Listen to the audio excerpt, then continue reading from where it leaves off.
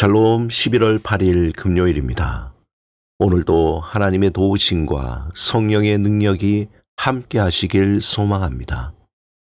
이 시간 시편 말씀을 읽고 묵상하며 하나님 앞에서 침묵으로 기도드리겠습니다.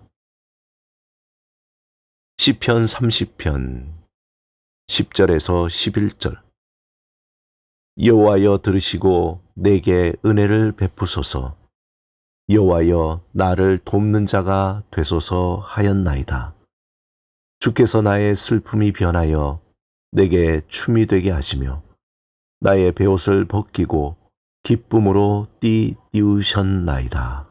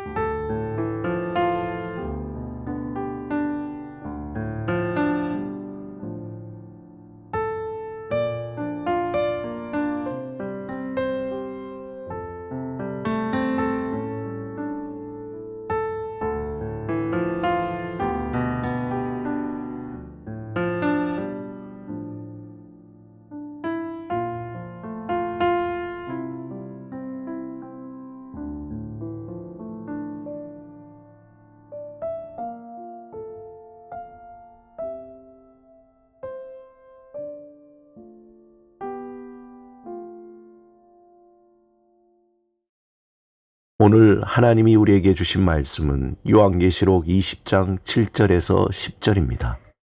함께 말씀을 읽고 우리에게 들려주시는 하나님의 음성을 듣겠습니다. 천년이 참에 사탄이 그 옥에서 놓여 나와서 땅과 사방 백성 곧 곡과 마곡을 미혹하고 모아 싸움을 붙이리니 그 수가 바다의 모래 같으리라. 그들이 지면에 널리 퍼져 성도들의 진과 사랑하시는 성을 두루매 하늘에서 불이 내려와 그들을 태워버리고 또 그들을 미혹하는 마귀가 불과 유황못에 던져지니 거기는 그 짐승과 거짓 선지자도 있어 세세토록 밤낮 괴로움을 받으리라. 요한계시록에서 중요한 관심 중에 하나가 예수님의 재림이 언제 일어날지에 대한 것입니다. 이와 관련해 천년 왕국을 해석하는 다양한 견해가 있습니다. 이것을 다시 한번 정리하면 첫째, 후천년설은 천년 왕국이 지난 후에 예수님이 재림하신다는 입장이고, 둘째, 전천년설은 예수님이 재림한 후 천년 왕국이 시작된다고 보는 입장입니다. 전천년설에는 요한계시록을 미래에 대한 주술적 예언으로 해석하는 세대주의적 전천년설과 역사적 관점에서 균형 있게 해석하는 역사적 전천년설이 있습니다. 셋째, 무천년설은 천년 왕국을 상징적 기간으로 보며 예수님의 초림부터 재림까지의 시기를 의미한다고 해석합니다. 요한계시록의 순서만 보면 전천년설을 지지하는 것처럼 보이지만 성경 전체의 가르침을 종합하면 무천년설이 더 적절하다는 견해가 많습니다. 개신교는 주로 무천년설을 지지하며 이 해석을 통해 천년 왕국을 하나님이 여전히 우리와 함께 다스리시는 기간으로 이해할 수 있습니다. 중요한 것은 예수님의 재림을 소망하며 그날을 준비하는 신앙으로 깨어있는 것입니다.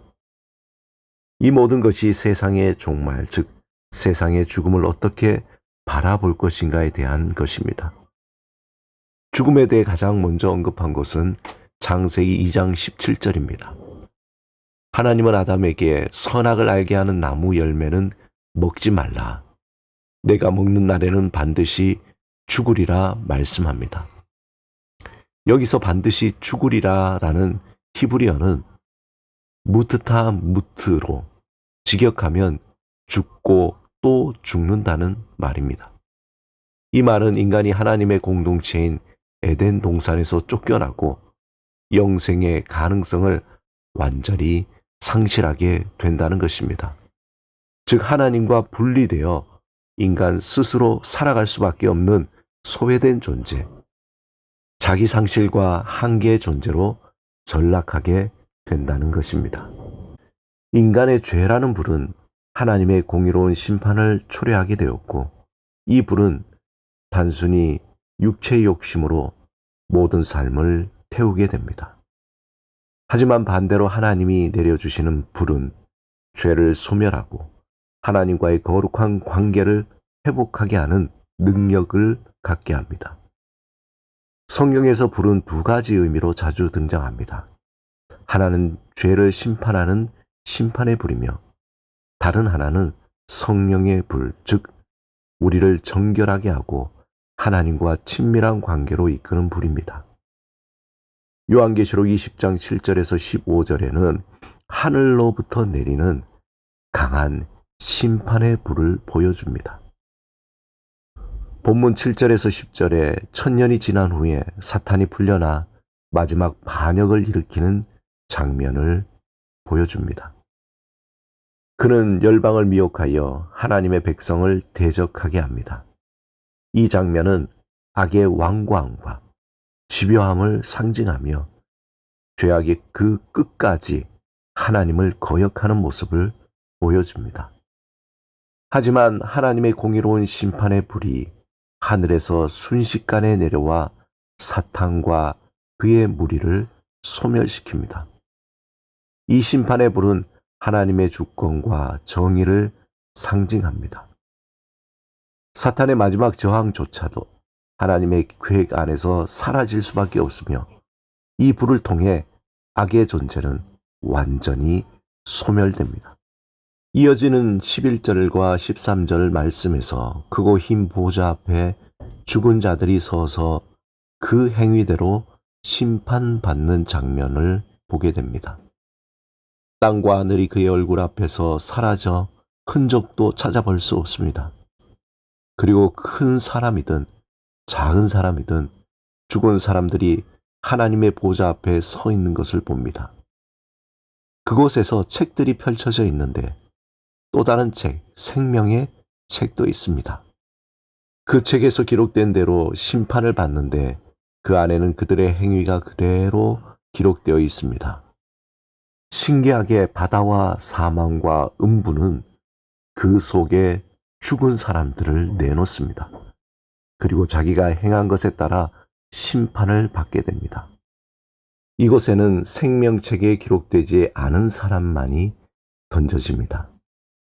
생명책에 기록된 성도들은 심판의 불을 두려워할 것이 아니라 하나님의 영원한 생명을 소유하게 되는 것으로 기뻐해야 합니다. 이 불은 죽음과 분리의 불이 아닌 하나님과의 영원한 친밀함을 약속하는 불입니다. 심판의 불은 악을 심판하고 죄를 소멸하며 영원한 하나님을 떠나게 하는 불입니다. 그러나 성령의 불은 우리를 정결하게 하고 하나님과의 관계를 새롭게 하며 거룩한 삶을 살게 합니다. 성령의 불은 우리의 마음을 변화시키고 하나님께 헌신하게 하며 세상을 성비는 삶으로 인도합니다. 우리는 심판이 아닌 성령의 불에 사로잡혀야 합니다. 이 불이 우리 안에 타오르길 간구하며 하나님 앞에서 거룩한 삶을 살아가길 소망해야 합니다. 심판의 불이 아닌 성령의 불로 우리의 영혼이 정결하게 되며 날마다 하나님과 동행하는 삶이 되시길 주님의 이름으로 축원합니다. 함께 기도드리겠습니다. 주님, 우리에게 성령의 불을 내려주셔서 헛된 마음을 태우시고 하나님과 동행하며 정결하고 거룩한 마음으로 살아가게 하소서. 예수 그리스도 이름으로 기도드립니다. 아멘.